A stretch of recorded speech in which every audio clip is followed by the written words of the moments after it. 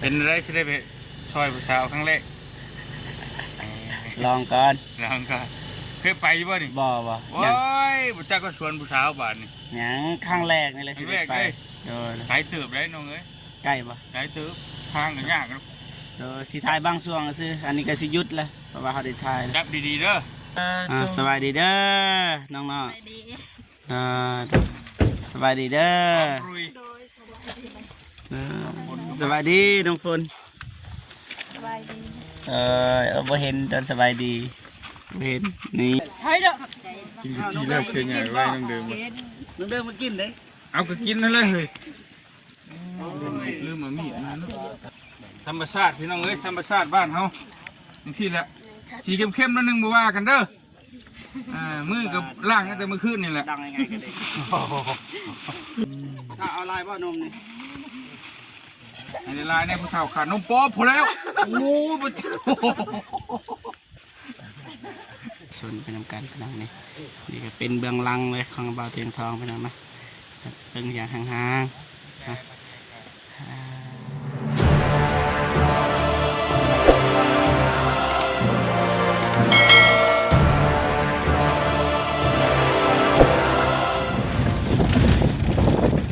ครับทักทายสบายดีและสวัสดีพ่อแม่พี่น้องเพื่อนครับท่านในลาวและต่างประเทศสู่ซองเบาเก็บเก่าพี่น้องนะวันนี้ก็มาทำภารกิจพี่น้องครับไปเสียยาให้เพิ่มครับว่าตอนนี้กำลังเดินทางเดี๋ยวครับตอนนี้เราเจ็บมานั่งเที่ยวพี่น้องนะเพราะว่า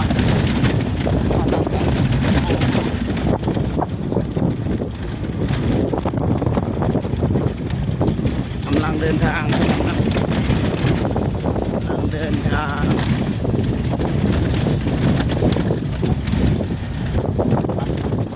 ไปต่อ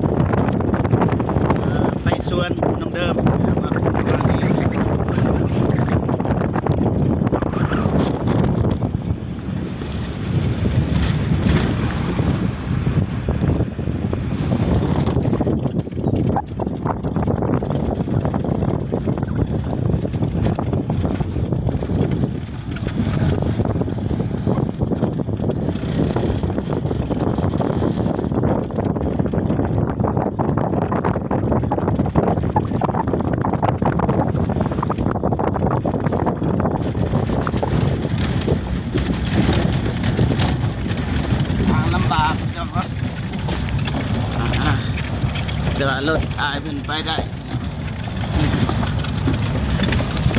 เต็มแต่หินพี่น้อง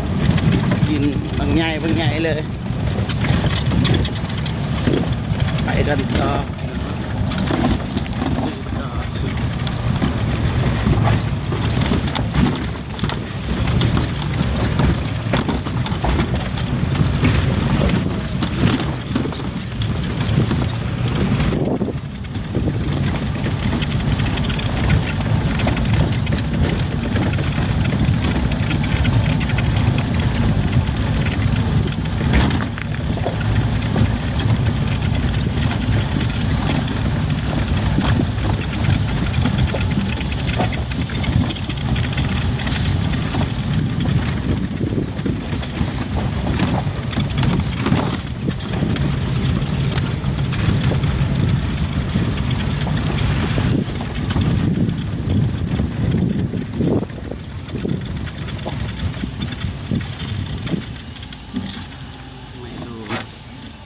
ว่าฮอดหรือบ่พี่น้องเนาะฮอดแล้วบ่ ยัง ยัง เดี๋ยวก่อน โอ้นี่เอาพี่น้องเนาะบางจะเดินทางไปบอนเฮ็ดเบียร์เท่านั้นเดิมพี่น้องเนาะเราเจ็บขี้ทางหลังว่าด้านในก็มีหลายน้องๆน้องฮานเดี๋ยวน้องฮานน้องฝนน้องสาลีน้องนะอยู่ด้านในนี่นะ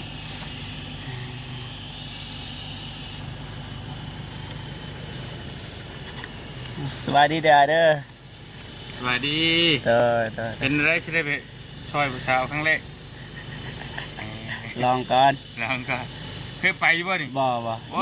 ยผู้จักก็ชวนผู้สาวบาดนี่ ยังครั้งแรกนี่เลยสิ ครั้งแรก ไป เลย เด้อ ไกลเติบได้น้องเอ้ย ใกล้บ่ ไกลเติบทางก็ยากนะ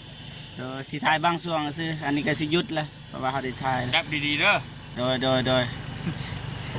สินั่งแล้ววันนี้ไป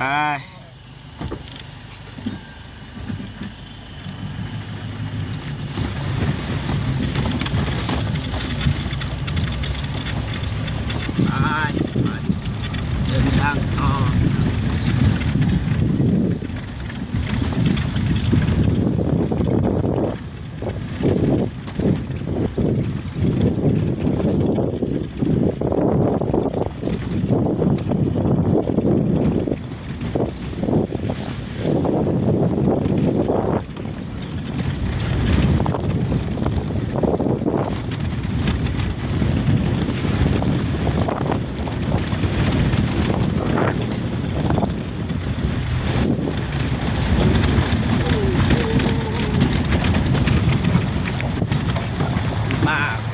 ลำบากลำบนสู้ไปด้วยกันพี่น้อง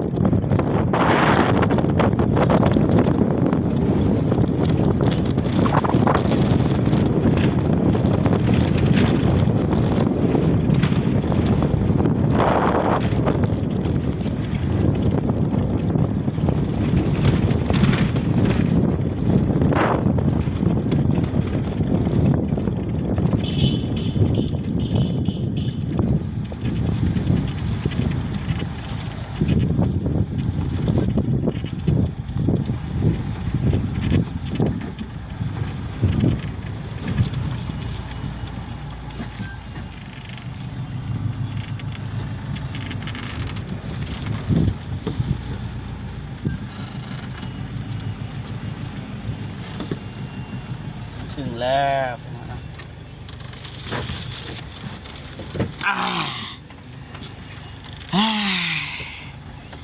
เสียงเนาะขี่ทางหลังสบายดีเด้อน้อง สบายดี สบายดีเด้อ รุย โดยสบายดี สบายดีน้องฝน สบายดี บ่เห็นตอนสบายดีบ่เห็นนี่ให้บ่เจ็บทายอยู่นี่บ่ เจ้าจะว่าจะสั้นได้อันไอ้เป็นคือเอาน้ำในหลาย เด้อสบายดีเด้อบ่เมกสบายดีเด้อ หมอเจ็บแล้ว นี่ถือเลยนี่เอาจังแฟกไอ้ เอาไปเบิดแล้วเลยไปกิน กระทงเลย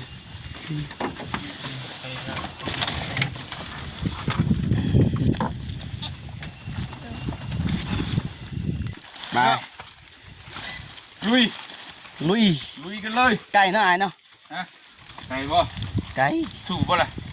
โอ้มาหอดแหละ นะ มาฮอดแล้วก็ต้องสู้ บ่รอบหน้านะ แล้วนะ เอาส่วนน้องเดิมไหน ถาเบิ้งพี่น้องเนาะถา เดิมได้ เบิ้งน้ำกัน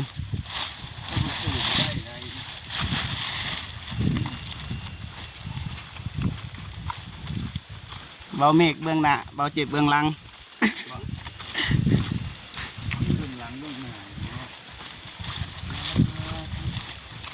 ยังใกล้บ่อะ ดี ฮอดเลย เฮ้ยใจเย็น เด้เห็นแล้วโอ้ เมื่อยละนั่นคือใครจะเมื่อยละ เมื่อยแล้วเบาเจ็บ เมื่อยแล้วบ่เรา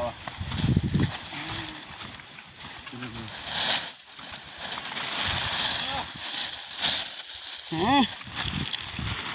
กลางมุ้งนอนแล้วบ่ โอ้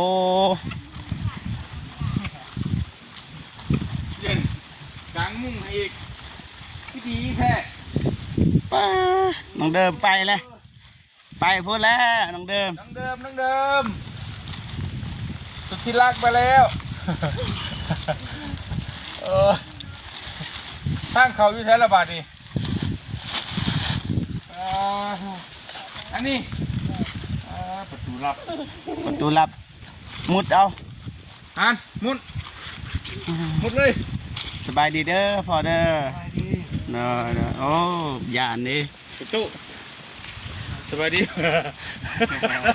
ทิมบาดนี้ไปเข้า น้องเดิม เหนื่อยเพิ่น มาเข้า เอามุนนี่แหละ เราไม่เข้าบัดนโอ้สู้ขนาดทีมงานนี่ว้าอ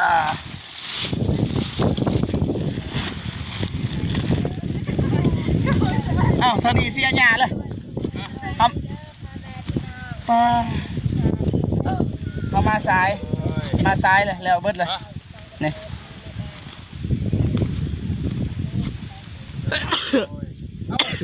มุดแล้วบ่ล่ะอันนี้เฮ้ย เฮ้ย ไปเมื่อฉัน ไปเมื่อ เอาเร็วเลยเนาะได้เอิญเพิ่นมาดูมากินข้าวจีนี่มากินข้าวจีก่อน จ้าเขาเจ็บไปบ้าน จ้าข้าวจีเห็นบ่ มา พักเบรกก่อนจะหน่อยมาน้องไงโอ้ น้องเดิมหรือเบาเจ็บหรือบ่บ่ได้ยินมาเปิดคลิปให้แน่อย่าเพิ่ง ไปโห้ยเจ็บบอล นี่นะทักทายสบายดีก่อน สบายดีเด้อไอ้เจ้าสบายดีเด้อพ่อแม่พี่น้องยายใจดีทุกท่านสบายดีเอฟซีพังไทยพังลาวอยู่ต่างประเทศที่ในบ้านสบายดีเด้อสบายดี มาแต่จักโมงเลย มาฮอตนี่8 โมง 8 โมงแต่ว่าทางนี้แล้วเลย แล้ว คือไหวในส่วนเงินหลานนี่จะน่าก็รวยอีกหนึ่งเดิม ไปเสียหยาไปเบิ่งชีวิตจริง ไปเบิ่งชีวิตจริง ชีวิตที่ทุกคนยังไม่รู้ชีวิตน้องเดิมเตะเลยนี่เอิญพักผ่อนก่อน เอิ้นแล้วหน่อยค่ะ บอแป๊บหนึงกินข้าวจี่ก่อน ดี อ๋อ เต้าบ่ได้มา เนี่ยเบิ่ง พี่สาวน้องเดิมพี่น้องบ่จือได้ปิดหน้าปิดตาสบายดีเด้อโจร จีมานี่เอากระจีมานี่ โอ้ขอโทษเด้ออายเด้อ เดิมเว้ยมาพี่มาพี่ มาไป กินห้องกันทั้งโลก เอาสบายดีเด้อสบายดีอายเด้อสบายดีบายเจ็บเนาะโอ้สองสั้น บ่กินหญ้าบ่ อ๋อบ่กินหญ้ากินข้าว คิดว่ากิน นี่นะสองสั้น ชั้นเดียว สองสั้นอ๋อพี่น้องโอเคบ่ควรละกินข้าวเด้อกินข้าวจีเด้อสิไปเอิ้นก่อนเด้ออายเด้อ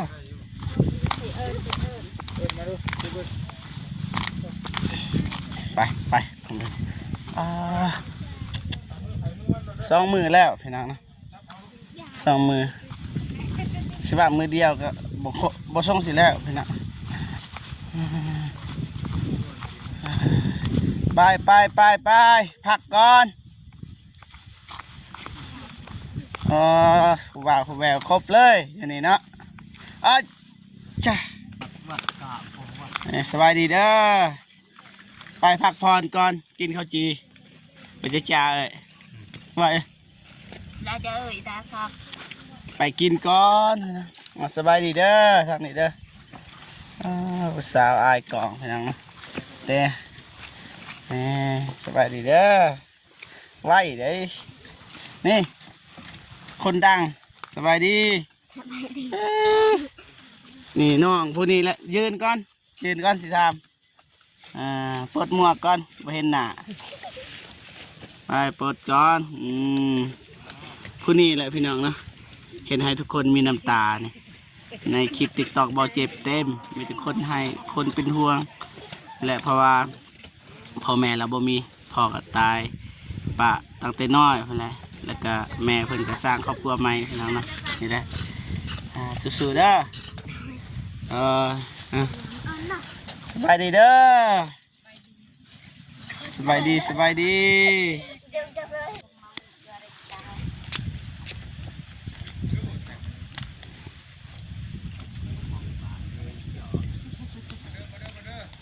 ไปผมไปนะ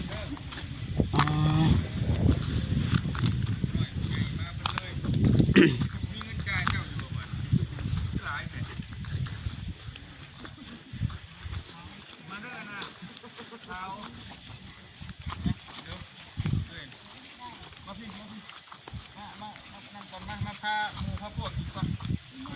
คนบ่กล้ากินแน่ฮะจะเบื่อได้ฮะ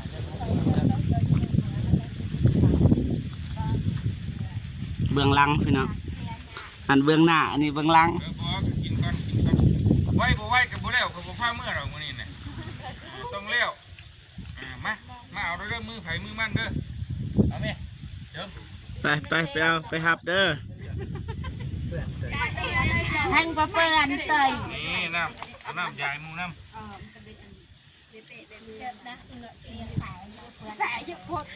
ถ้าหันกลับให้เจ้าสิกล้ากินบ่ฮะ มาเซตให้มาเซตให้มา เจ็บเฮ็ด จับให้ยันว่ามือเฮายันมูบ่กล้ากินนะ ปาดนะ ยันว่ามือไผมือมัน กินได้อยู่ ปาดแล้วป่ะ ก็ยังว่าเอามือไผมือมันก็ยังว่าวินั่นนะ มือไผ่มือมันแล้วก็สิทอกให้ ไม่ได้ปาด ความหมายเฮาบ่อยากวิแต่ยันว่าหมู่รังเกียจมือเฮา ปากก่อน นั่งบ่ บ่ ได้ ให้เจ็บให้เลยมือเปื้อนได้ บิน้องสิใส่เนาะบินี่นี่พอละจะไหนวานไรบ่ได้ มีพ่อเองอีกเรื่องหมูมีดมา นี่ มาเด้อ กินจีแล้วเสียหน้าไปหาเฮ้ยเด้อ กินกะทิแล้วเชียร์ใหญ่ไว้น้องเดิม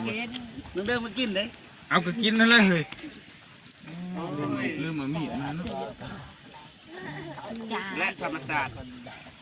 ธรรมชาติพี่น้องเอ้ยธรรมชาติบ้านเฮาอย่างที่แหละสีเข้มๆนิดนึงบ่ว่ากันเด้อมือกับล่างตั้งแต่เมื่อคืนนี่แหละ ดังยังไงกันเลย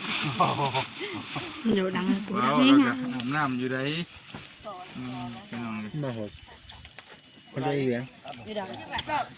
ใหญ่ นกเลยเด้อเอาดิ โอ้ประทังเจ็บเออ แบบสุภาพแบบนะ มันนี่ยากดีป่ะ นี่น้องนี่ เฮ้ย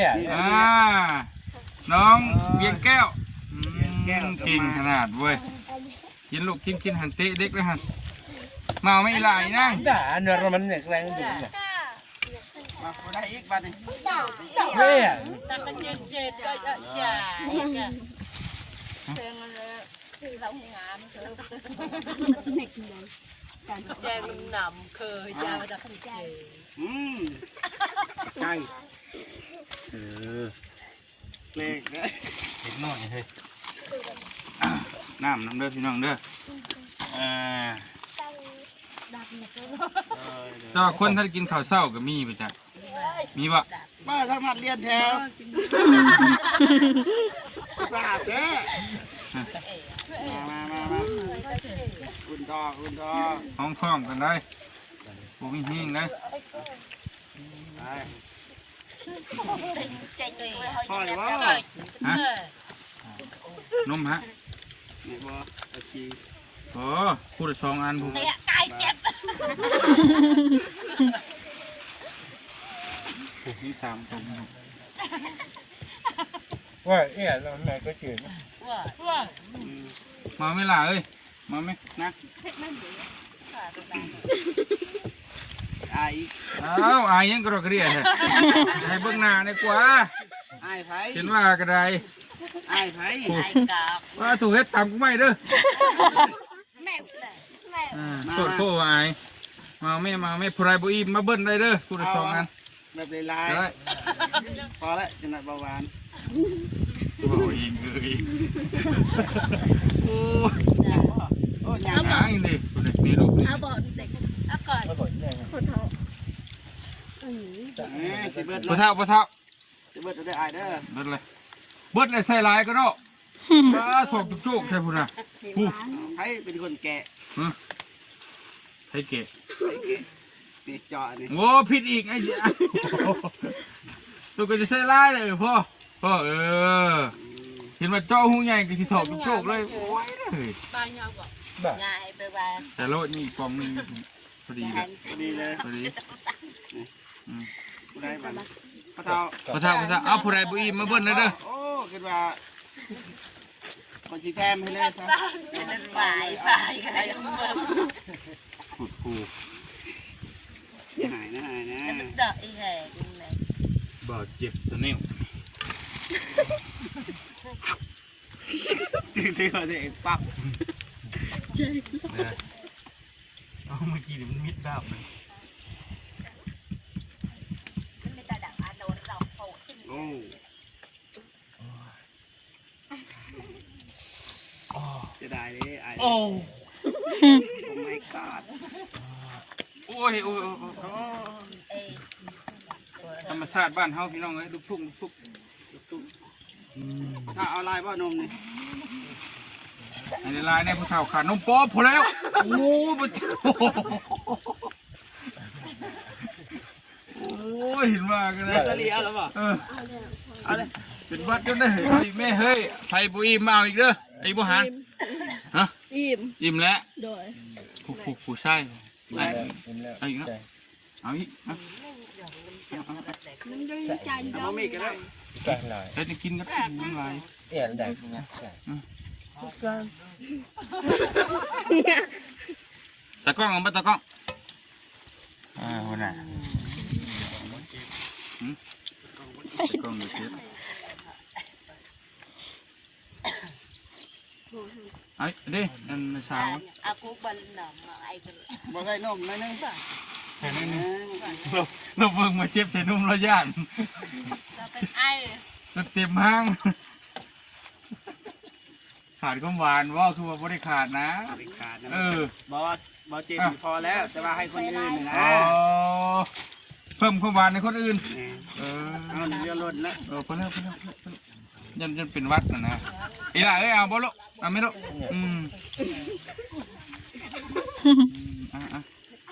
แล้วชิมเอาเพิ่มอีกนั่งมาเอาไม่นั่ง ยกมือ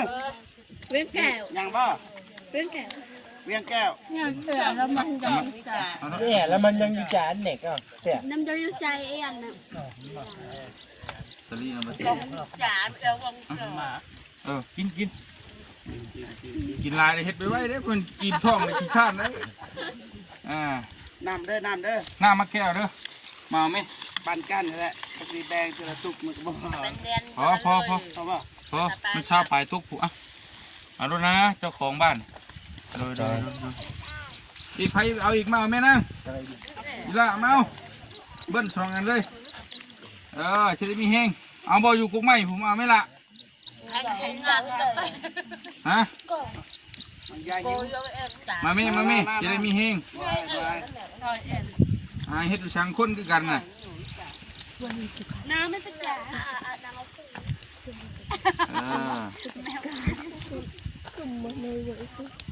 ผู้เช้าบ่นแต่พอเราจะงายแล้วผู้เช้า ไอ้เบาเจ็บมาจ้ะ บอกไปจนนั้นน้องเดิมเสียใจ บ่ได้เลยขนาดไปบักไกลๆเมื่อวานมื้อซื้อนะอยู่บ้านยังก็บ้านยังบ่เจ็บพาไปบ้านคนใหญ่บ่ คนใหญ่ เพิ่นเชลใช้ผู้เช้าอยู่พุ่นบ่ข่อยมีแล้วเพิ่นว่าบ่เจ็บบ่นี่นอนขนาดเชื่อเพิ่นอยู่ฮักเดียวใจเดียวอยู่เพิ่นหากจักสิมีไผเราฮักเราบ่ได้บอกชื่อได้ว่ามีน้องเดิมเด้จะบอกว่าจะมีแล้วนะที่ต้องเดิมคนเดียวเนี่ยเนาะ บ่ตูนบ่ปากนะ ใครอีกนะกินดีวะเอาลูกเอาน้ำเด้อมาเอาไหมน้ำเอาไว้มาเอารถพูระตุกแต่บอกว่าเราเคยชิมประเคนให้ฮอดที่มันก็เป็นพระหรอวะให้นี่เข่านี่ เริ่มใจหลักเลย แจกน้ำนี่ ไม่เล่นเลย นกก็ได้ เลียดเด้คนไหนก็คน ยังบ่ เอาให้น้องคนนะ น้องคน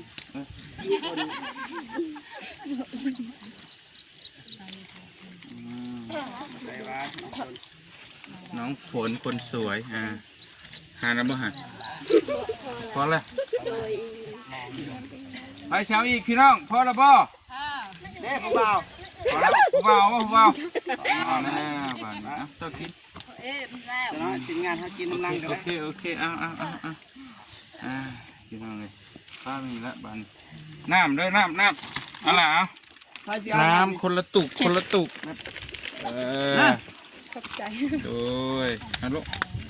กินน้ำแล้วลุยต่อโอ้น้ำบนโฮน้ำมาข้างนี้เลยเฮ้ยคุณอะ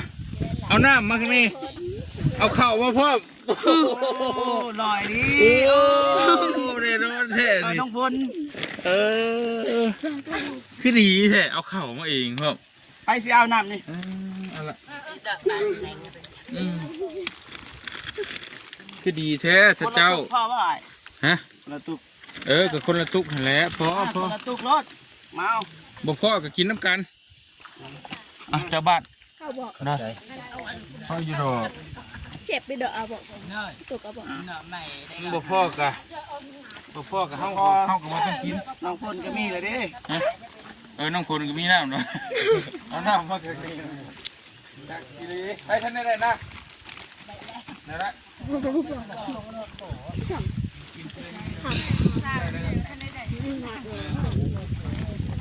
ไปท่านได้ผู้เช้าบ่นี่โอ้ยผู้เช้านี่ก็ได้ผู้ฟังผู้ทิ้งพวกหลาได้เนี่ยทึกเอาในดอก ใส่ถุงจะไว้ไปกิน ดาบ ไม่ได้ยาก ในทางอาหารในปอบ ชาเสื้อสีฟ้านี่ได้แล้ว เต้นนี่เลยจริงแต่ มือ แดงเลยน้องเสื้อแด ได้ ง แล้วได้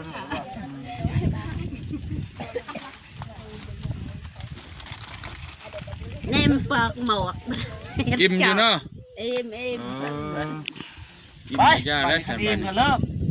ว่าเราเคยไล่เลยบ่กี่ดีมไล่เลยบ่ นั่งก่อน โอ้ให้เพิ่นเสมอยก่อนใส่สวนมันหอบพุ่นเลยเนาะแล้วอยู่บ่คิดว่ามื้อนี้แล้วนี่ผู้ บ่อันนี้มันง่ายเบิ่งนี่ง่าย อันนี้ก็ง่ายกันมาเพิ่มอีกเด้อเด้ผู้มาเพิ่มอีก 2 มื้อ 4-5 คนน่ะ มื้อแล้วบ่ เบิ่นจังได๋มื้อนี้มัน18คนแล้วงบมันเบิดแล้ว เบิดเลย งบจำกัดมันมี20คนนึงเบิ่นเอา2คน มื้อ2 คน มื่น2 คนนี่เจ้าของงบมีแค่20 คนตัวแม่เพิ่นว่าครั้งแรกว่าให้จ้างมื้อละ10 คนเลย อ๋อ แต่นี่มันมา18เลยเพิ่นว่าถ้า10 คนน่ะ2มื้อน้องเดิมว่า10 คน2มื้อแล้วเลยแต่นี่มัน20 คนเลยนี่ แต่ว่าน้องคิดว่า6คนเนี่ยหั่น 20 คนน่ะมันต้องแล้วมื้อเดียวไป บ่แล้วบ่เมื่อไปเอากระแจรถไว้หันตีรถออก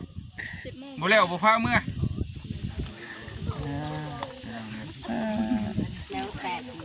มีแต่ว่าไปเบิ่งเขาเสียหญ้าไว้เด้ โอ้ยแล้วมื้อนี้มึงเฮ็ดไว้พี่หยังนี่ บ่แล้วบ่แล้วเข้าหูเด้อ เอาปืนก็ได้ปืนก็ มื้อจะว่าบ่ได้จ่ายเงินได้มื้อนี่ ปืนบริจาคเงินให้มันเบิดเลย เอินไปใส่ ปืนซอยพี่มือนี่จ้างไปปืนหาเด้อ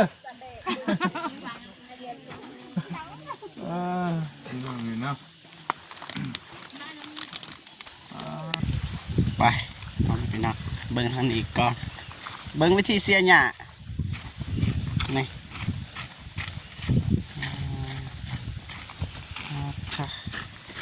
อย่าปะได้อย่ารอถ่าเด้อสาวน้อยปะบ่ได้เด้อหน่อยให้สู้เด้อสู้เด้อสู้เด้อสู้นะกระเทาสู้เด้อ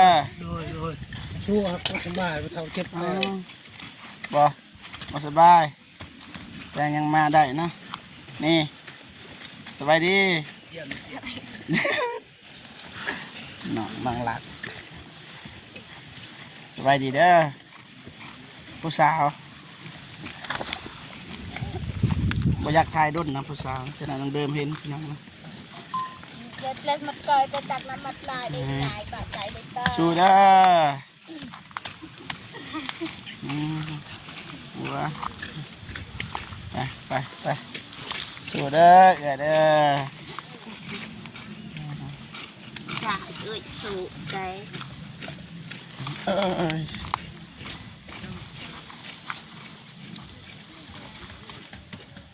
ผู้บ่าวเถิกสู้เด้อ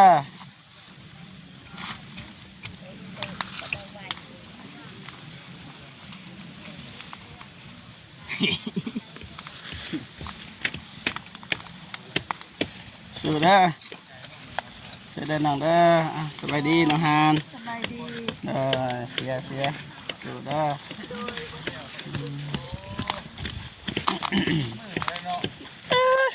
มีแต่ดาราดังอยู่นี่เนาะสบายดีเด้อพี่สาว สบายดี พี่สาวน้องฮานนะ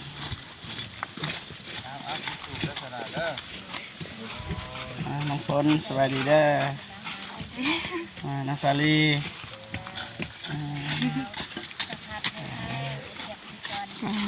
เบื้องหลังอย่างนะเบื้องนำกันนะพี่น้องบ่เคยเห็นนะแบบนี้เราเจ็บจัดให้สู้เด้อน้องเดิม ขอบใจ สู้ ได้หลาย สู้ขอบใจได้หลายโอเคขอบคุณพี่น้องนะประมาณนี้พี่น้องนะนี่โอเคมื้อนี้ก็มาถ่ายเบื้องหลังเนาะของไอ้บ่าวเตียงทองเพิ่นในการเดินทางพี่น้องนะเป็นอะไรไปส่งเบิ่งนำกันนำมาว่าทางคลิปไอ้บ่าวเตียงทองหรือว่าคลิปของบ่าวเจ็บนะความหมายก็คือของไอ้บ่าวเตียงทองก็คือ เบื้องหน้าแต่ว่าของเบาเจ็บนี่เบื้องหลังก็ถ่ายอายเพิ่นพี่น้องนะยังไงก็ขอบคุญขอบคุณผู้ใหญ่ใจดี FC ทุกท่านที่เข้ามาให้กำลังใจเบาเจ็บแล้วก็เบิ่งคลิปของเบาเจ็บตั้งแต่ต้นจนจบพี่น้องนะโอเคพี่น้องเบาเจ็บก็จะจบคลิปอยู่บอนนี้เลยพบพอกันคลิปหน้าสิเป็นอะไรเบิ่งนำกันนะสำหรับคลิปนี้ขอกล่าวคำว่าสบายดีเด้อพ่อแม่พี่น้องเนาะสู่ชนเป็นนำกันพี่น้องนี่ก็เป็นเบื้องหลังเลยของเบาเตียงทองพี่น้องนะเบิ่งอย่างห่างๆนะเบาเจ็บก็สิเก็บเกี่ยวประสบการณ์นำอายเพิ่นนะแต่ว่าตอนนี้ก็ยังบ่ได้10%ของอายเพิ่นเนาะแต่ว่าก็สิสู่ต่อไป1 ปี2 ปีจนกว่าสิพัฒนานะประมาณนี้พี่น้องนะพบกันคลิปหน้าเด้อพบกันพี่น้องสบายดี